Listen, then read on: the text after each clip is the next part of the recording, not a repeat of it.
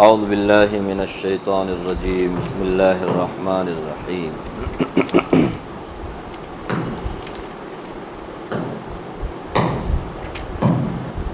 ان الذین کفروا بآیاتنا سوف نصلیہم نارا کلما نضجت جلودہم بدلناہم جلودا غیرہا لیذوقوا العذاب ان اللہ کان عزیزا حکیما والذین آمنوا وعملوا الصالحات سندخلهم جنات تجری من تحتها الانہار خالدین فیہا ابدا لہم فیہا ازواج مطہرۃ وندخلہم ظلا ظلیلا۔ یہ سورہ نساء کی دو آیتیں آپ کے سامنے پڑھی گئیں، 56 اور 57۔ پچھلی آیتوں میں یہودیوں کے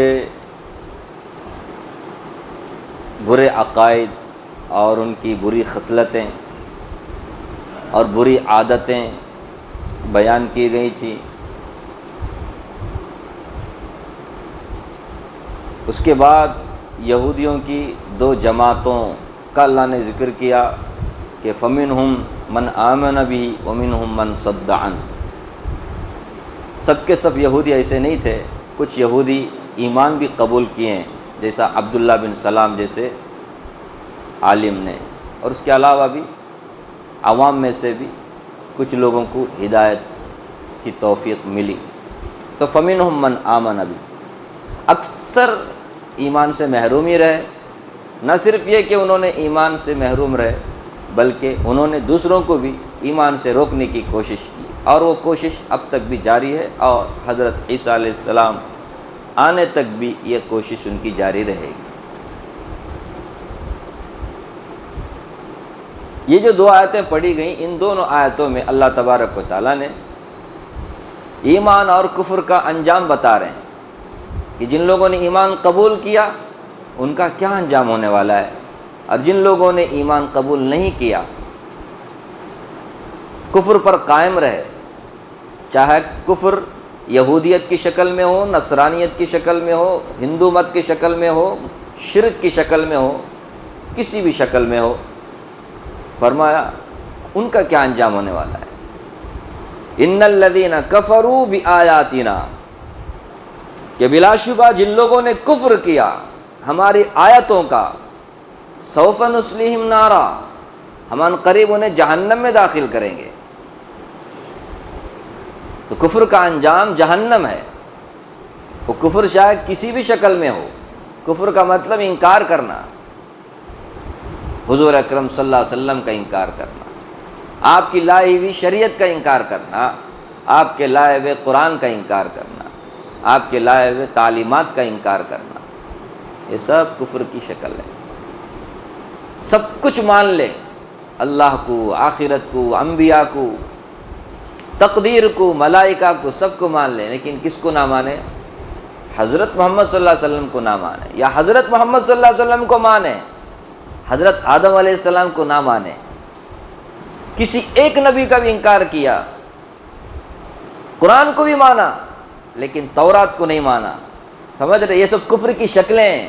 ایسا نہیں کہ کفر بولے تو انہیں کسی ہندو فرقے میں یا یہودی فرقے میں، نصرانی فرقے میں رہنا، نہ، مسلمانوں میں بھی کوئی بھی کسی بھی چیز کا انکار کر دے حضور اکرم صلی اللہ علیہ وسلم کی لائی ہوئی باتوں میں سے، وہ کافر ہو جاتا ہے۔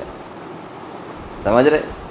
ہاں، یہی کیونکہ ہم لوگ پڑھتے ہوئے ان الذین کفروا بآیاتنا، بلا شبہ وہ لوگ جو ہماری آیتوں کا انکار کرتے ہیں، تو دماغ میں کیا آتا ہے؟ یہی مندروں میں جاتے اور ادھر گرجا گھروں میں اور اسی طرح چرچوں میں جانے والے، وہ دماغ میں ہمارے آتے ہیں۔ مسلمانوں میں رہنے والا اگر کوئی حدیث مبارکہ کا انکار کرتا ہے، سمجھ رہے، وہ بھی کافر ہو جاتا ہے۔ ہمارے مسلمانوں میں کیسے ایسے نماز پڑھنے بھی آتے ہیں، اپنے آپ کو اہل قرآن بولتے، اپنے آپ کو اہل قرآن بولتے، انہوں نے حضور اکرم صلی اللہ علیہ وسلم کی حدیثوں کا انکار کیا، وہ مسلمان نہیں ہے۔ آپ اپنی بیٹی دے رہے ہیں ان کو، ان کی بیٹی لے رہے آپ، بہو بنا رہے، کیا ہو گیا مسلمانوں؟ کسی بھی عالم دین سے پوچھ لیں، کسی مفتی سے پوچھ لیں، اگر کوئی حدیث کا انکار مطلق، وہ ایمان میں باقی نہیں رہتا ہے، وہ کافر ہو جاتا ہے۔ چاہے کتنا بھی قرآن پڑھ لیں. یاد رکھیں ان الذین کفروا بآیات، حضور اکرم صلی اللہ علیہ وسلم کو مانتا ہے لیکن حضور اکرم صلی اللہ علیہ وسلم کو آخری نبی نہیں مانتا. قادیانی شکیل بن حنیف کے کافر ہو جاتے ہیں. حضور اکرم صلی اللہ علیہ وسلم کو نبی ماننا، آخری نبی ماننا ضروری ہے. آپ کے بعد کوئی نیا نبی نہیں آئے گا، یہ عقیدہ رکھنا ضروری ہے. نہیں تو پھر وہ بھی کافر میں داخل ہو جاتا ہے. ان الذین کفروا بآیاتنا، تو بلا شبہ وہ لوگ جنہوں نے ہماری آیتوں کا انکار کیا، سوف نصلیہم نارا، ہم انہیں جہنم میں داخل کریں گے.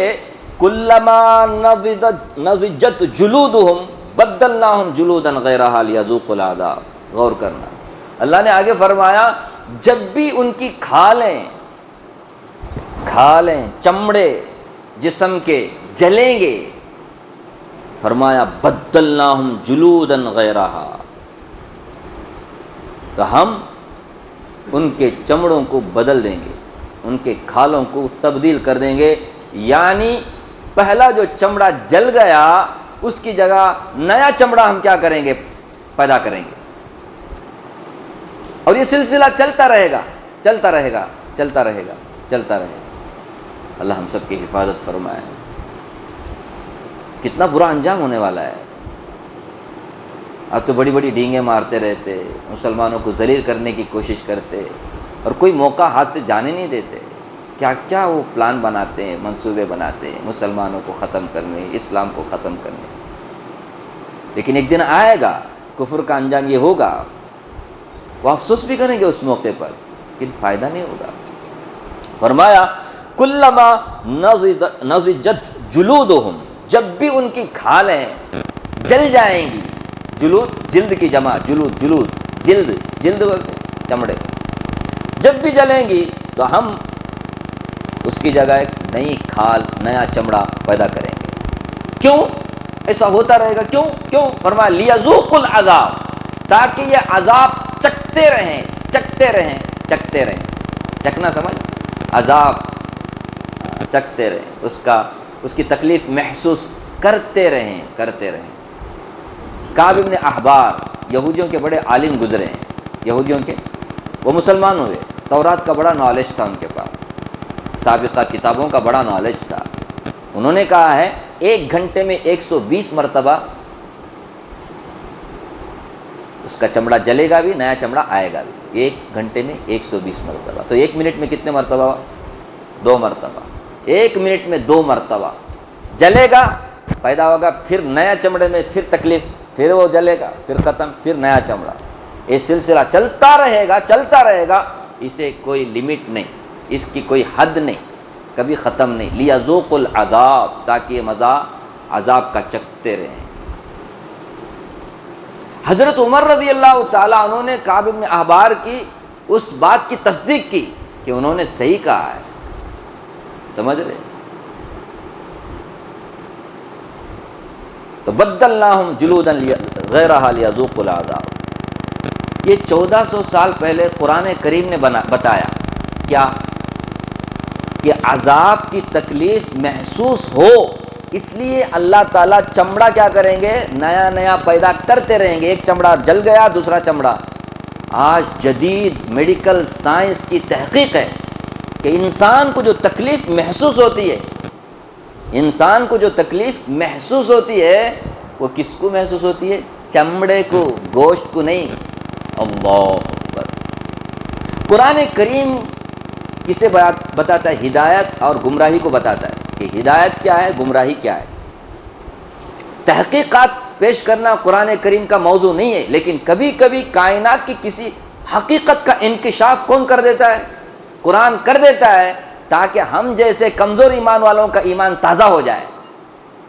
کہ آج جدید سائنس لمبا سفر انہوں نے تحقیق، ریسرچ کے نام پر کتنا لمبا سفر انہوں نے کیا، اس کے بعد میں ان کو کوئی چیز معلوم ہوتی ہے، کوئی حقیقت معلوم ہوتی ہے. اور اس تحقیق کو 1500 سال پہلے قرآن کریم نے بتا دیا ہے کہ تکلیف انسان کو جو محسوس ہوتی ہے کس کو ہے؟ چمڑے کو. اسی لیے عذاب اور تکلیف کی کیا کہتے ہیں نسبت کس کی طرف کر دی؟ چمڑے کی طرف کر دی کہ جب جب چمڑا جلے گا نیا چمڑا داخل کریں گے تاکہ انہیں تکلیف محسوس ہوتی رہے. سمجھ رہے؟ نہیں سمجھے؟ اللہ سمجھا دے بس، اور کیا بات، اللہ ہی سمجھا دے. لیذوقوا العذاب، تاکہ عذاب کا وہ مزہ چکھتے رہیں، اس لیے ہم نیا چمڑا پیدا کرتے رہیں گے. ہاں، اور یہ جو جسم ہے انسان کا، یہ جسم وہاں نہیں رہے گا. داخل ہوتے وقت یہی جسم رہے گا، لیکن بعد میں یہ جسم بڑھتا چلا جائے گا. حدیث میں آتا ہے جہنم کا ایک ڈاڑھ ہے نا، جہنمیوں کا ایک ڈاڑھ احد پہاڑ کے برابر ہوگا. سمجھ رہے؟ یعنی جسم، ہائٹ، سب کچھ کیا بن جائے گا؟ بڑا بن جائے گا، تاکہ تکلیف زیادہ سے زیادہ محسوس ہو. جس کا جسم جتنا بڑا ہوتا ہے نا اس کو تکلیف اتنی زیادہ ہوتی ہے. ہاں، آج تو ہم چاہتے ہیں ہماری باڈی بڑی ہو، ہمارا یہ بڑا ہو، لیکن جب تکلیف آتی ہے نا بخار وخار، تو چھوٹے جسم والے سے زیادہ بڑے جسم والے کو ہوتی ہے تکلیف. سمجھ رہے؟ جسم بھی، باڈی بھی، ہائٹ بھی سب بڑھا دیں گے اللہ تبارک و تعالیٰ.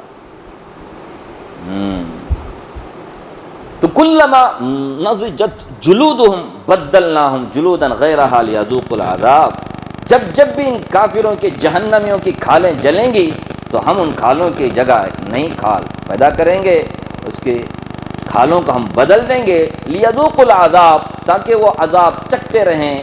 ان اللہ کان عزیزا حکیما، بلا شبہ اللہ تبارک و تعالیٰ بڑے زبردست ہیں، بڑے حکمت والے ہیں، زبردست ہیں. اللہ تعالیٰ کو اس طرح کا عذاب دینا کوئی مشکل نہیں ہے، آسان ہے، کیونکہ زبردست ہے. جو چاہتا ہے وہ ہو جاتا ہے، اس کے لیے کوئی مشکل نہیں. ہم لوگ پلان بناتے، منصوبے بناتے، اس کے بعد وہ منصوبہ پلان سکسیس ہونا بولے تو ہمارے ہاتھ میں ہے. لیکن اللہ ایسے نہیں ہے، جو ارادہ کرتے وہ ہو جاتا ہے، جو بولتے وہ کر کے رہتے ہیں، زبردست ہیں. حکیمہ، اور بڑے حکمت والے ہیں. جو اس کا بھی حکم ہوتا ہے نا، حکمت سے خالی نہیں ہوتا، ہر حکم کے پیچھے بڑی حکمت ہوتی ہے. تو کافروں کو جو اللہ تبارک و تعالیٰ نے عذاب کی جو شکل بتائی، اس کے پیچھے بھی بڑی حکمت ہے. ان اللہ کان عزیزا حکیما. یہ تو کن کا انجام ہوا؟ کافروں کا انجام، کفر کا انجام یہ ہے. اصل تو انجام ہی ہے نا. اب جو ہو رہا ہے اس کا کیا ہے؟ انجام جس کا اچھا ہو جائے وہ اچھا، جس کا انجام برا ہو جائے وہ چاہے شروع میں کتنا بھی اچھے سے رہے، کیا بھی فائدہ نہیں. کیا بولتے؟ اب آج دیکھتے کافی لوگ بڑے مزے میں، لیکن انجام یہ ہونے والا ہے. یہ مزہ، یہ عیش عشرت کس کام کی؟ وہ تو افسوس کریں گے بعد میں، کاش ہم لوگ بھی ایمان قبول کرتے، نبی کو مانتے، نبی کی باتیں مانتے، تو آج یہ دن دیکھنا نہ پڑتا. افسوس کرنے کا کوئی فائدہ نہیں ہوگا. اس لیے قرآن پہلے ہی بتا دیتا ہے کہ مان لو. اسی میں کیا ہے؟ عافیت ہے. اب آگے ایمان والوں کا تذکرہ. یہ قرآن کریم کا طرز ہے، جہاں جہنم کا، جہنمیوں کا، کافروں کا تذکرہ آتا ہے، وہاں ترغیبی طور پہ جنت کا بھی تذکرہ آ جاتا ہے، اور جو لوگ ایمان قبول کرتے ہیں ان کا انجام بھی اللہ بیان کرتے ہیں، پازیٹو نیگیٹو دو بھی. والذین آمنوا وعملوا الصالحات، فرمایا وہ لوگ جنہوں نے ایمان قبول کیا. ایمان میں ساری چیزیں آ گئیں، اللہ پر ایمان، ملائکہ پر ایمان، فرشتوں پر ایمان، انبیاء پر، آسمانی کتابوں پر، تقدیر پر، آخرت پر، حضور اکرم صلی اللہ علیہ وسلم کے آخری نبی ہونے پر، سب پر ایمان. تو فرمایا جو لوگ ایمان قبول کرتے ہیں، وعملوا الصالحات، اور جنہوں نے نیک اعمال انجام دیے. اس میں بنیادی طور پہ 4 ہیں: روزہ، نماز، زکوٰۃ، حج.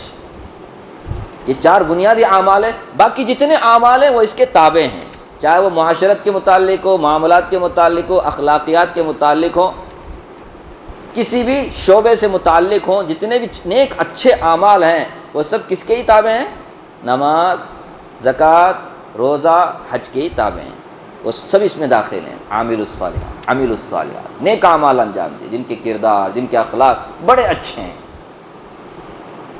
جن کی زندگی میں نماز، جن کی زندگی میں روزہ، جن کی زندگی میں زکوٰۃ، جن کی زندگی میں حج، سچائی، امانت داری، انصاف. فرمایا جن لوگوں نے ایمان قبول کیا اور نیک اعمال انجام دیے، فرمایا سندخلہم جنات تجری من تحتها الانہار، فرمایا ان قریب ہم انہیں ایسے باغات میں داخل کریں گے جن کے سامنے، جن کے نیچے نہریں بہتی ہوئی ہوں گی، ان کے نیچے نہریں بہتی ہوئی ہوں گی.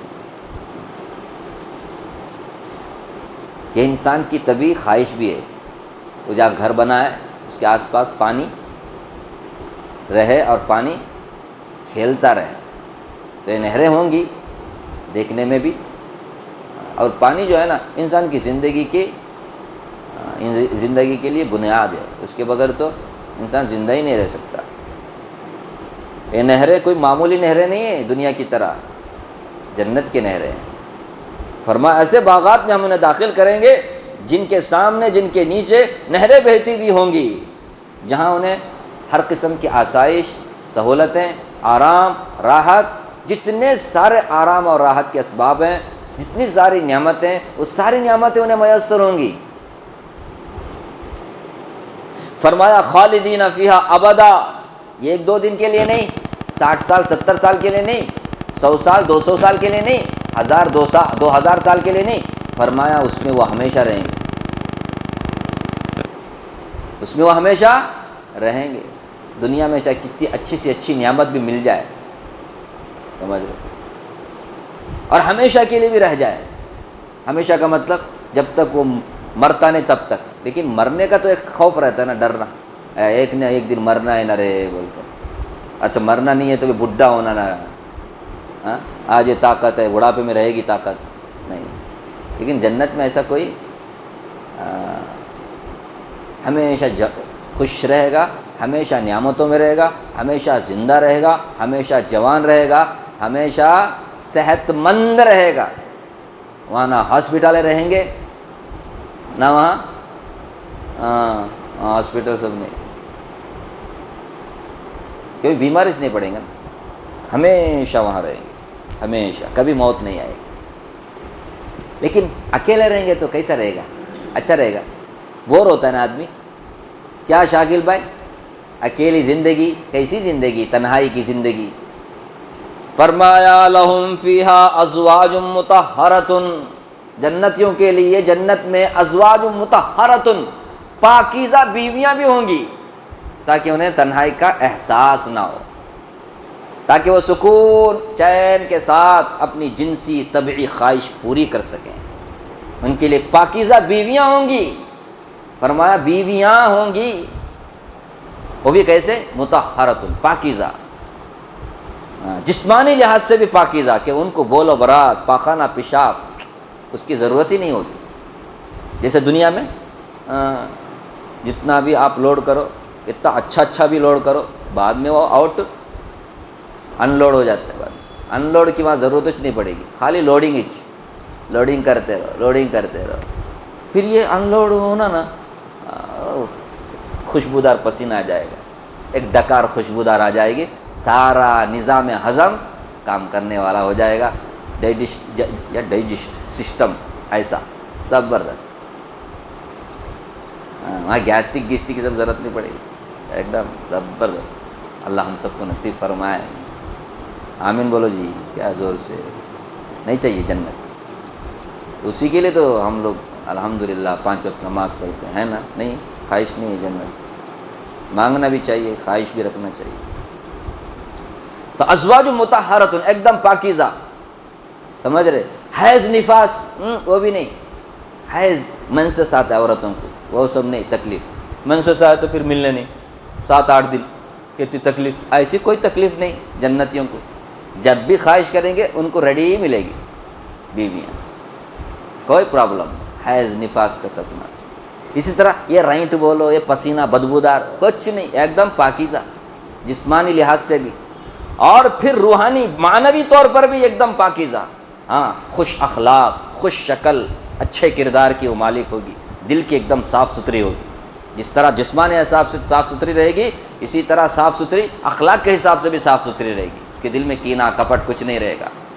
جنتیوں کو ایک ایک کیا کئی کئی حوریں مل جائیں گی تو اس کے دل میں وہ دنیا میں سوکنوں والی جو دل میں کیفیت ہوتی ہے نا، ایسی کوئی کیفیت نہیں، ایک دم پاکیزہ طبیعت کی ہوں۔ اتنی پاکیزہ بیویاں کس کو ملیں گی؟ اور میں جنتیوں کو ملے گی، تاکہ ان کی تنہائی دور ہو جائے، تنہائی کا احساس نہ ہو، سکون سے رہے، طبی خواہش ان کی، جنسی خواہش ان کی اس طرح سے پوری ہو، مزے میں رہے، سمجھ رہے؟ لہم فیہا ازواج مطہرۃ۔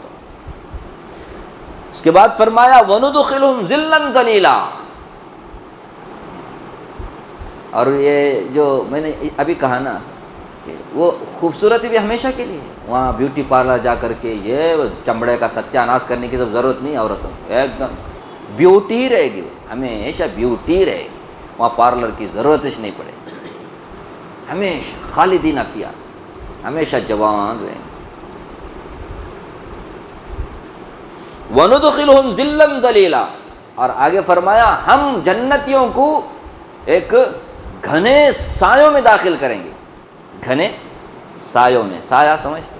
سایہ سایہ، ارے دھوپ آتی ہے تو دھوپ کا تو سایہ بھی ملتا ہے آدمی کو، کہیں کسی چھپر کا سایہ، کسی درخت کا سایہ، کسی بلڈنگ کا سایہ، تو وہاں پر آدمی تھوڑا سا سستاتا ہے، چلو بھائی یہاں پر دھوپ نہیں ہے، چلو سایہ مل گیا، تھوڑا سا سکون ملتا ہے سایہ میں، نہیں؟ اپریل میں کیا ابھی گرمی کتنی ہے، ذرا جا کر باہر دیکھیں، ہم لوگ کیا ماشاء اللہ محنت مزدوری کرنے والے دھوپ میں، ان کو پتہ ہے دھوپ کی تکلیف کیا ہوتی ہے، ہم لوگ کیا، ہم تو اے سی روم میں بھی رہتے ہیں ماشاء اللہ۔ تو لمبے لمبے گھنے سایوں میں ہم انہیں داخل کریں گے، وہاں سورج بھی نہیں، چاند بھی نہیں۔ پھر شاکر بھائی کو سوال پیدا ہوا رہے گا، نہیں سورج بھی نہیں، چاند بھی نہیں، پھر وہاں دھوپ کچھ نہیں، تو پھر سائے کی ضرورت کیوں پڑ گئی؟ نہیں، مطلق سایہ بھی آدمی کو سکون پہنچاتا ہے، مطلق سایہ بھی، دھوپ سے ہی سایہ ہونا بول کے نہیں، سایہ بھی آدمی کو ضرورت کی چیز ہے، اس لیے اللہ تعالیٰ سایوں میں داخل کریں گے۔ ترمذی شریف میں اس کی تفسیر منقول ہے، وہ کیا ہے کہ اتنا لمبا سایہ ہوگا، ظلا ظلیلا، سورہ واقعہ پڑھتے ہیں نا ہر مغرب میں ہر دن، وظل ممدود، لمبے لمبے سایوں میں ہوں گے، اتنا لمبا سایہ ہوگا، اتنا بڑا سایہ ہوگا درخت کا۔ حدیث میں آتا ہے کہ اگر ایک گھوڑ سوار اگر گھوڑے میں بیٹھ کر کے سواری کرے، گھوڑے کو دوڑاتے 100 سال تک بھی وہ دوڑاتے رہے، تب بھی جنت کے ایک درخت کا سایہ ختم نہیں ہوگا، ایک درخت کا سایہ ختم نہیں ہوگا۔ سوچو نا کتنا بڑا سایہ ہوگا، وہی ایک درخت، ایسے کتنے درخت ہوتے ہیں۔ مسلمان اگر دنیا میں رہتے ہوئے ایمان کی حالت میں سبحان اللہ پڑھا تو ایک سبحان اللہ پڑھنے پر جنت میں ایک درخت لگ جاتا ہے۔ یہ حضرت ابراہیم علیہ السلام نے معراج کے موقع پہ حضور اکرم صلی اللہ علیہ وسلم کو کہا تھا کہ جنت کوئی بنی ہوئی نہیں ہے، مطلب آپ لوگوں کو بنانا ہے، جیسے جیسے تم اچھے عمل کرو گے وہاں تمہارے لیے پلاٹ بنیں گے، محل بنیں گے، تمہارے لیے درخت بنیں گے، تمہارے لیے فلاں سب کچھ بنے گا، سمجھ لیں۔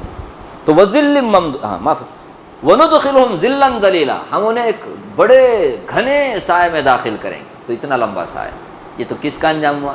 ایمان والوں کا۔ تو ہمیں چاہیے کہ ہم اپنے ایمان کی حفاظت کریں، مرنے تک بھی اس کی حفاظت۔ سب سے بڑی دولت اگر ہمارے پاس تو وہ ایمان کی دولت، جو سب سے بڑی دولت ہم اپنی بچوں کو دے سکتے ہیں وہ ایمان ہے۔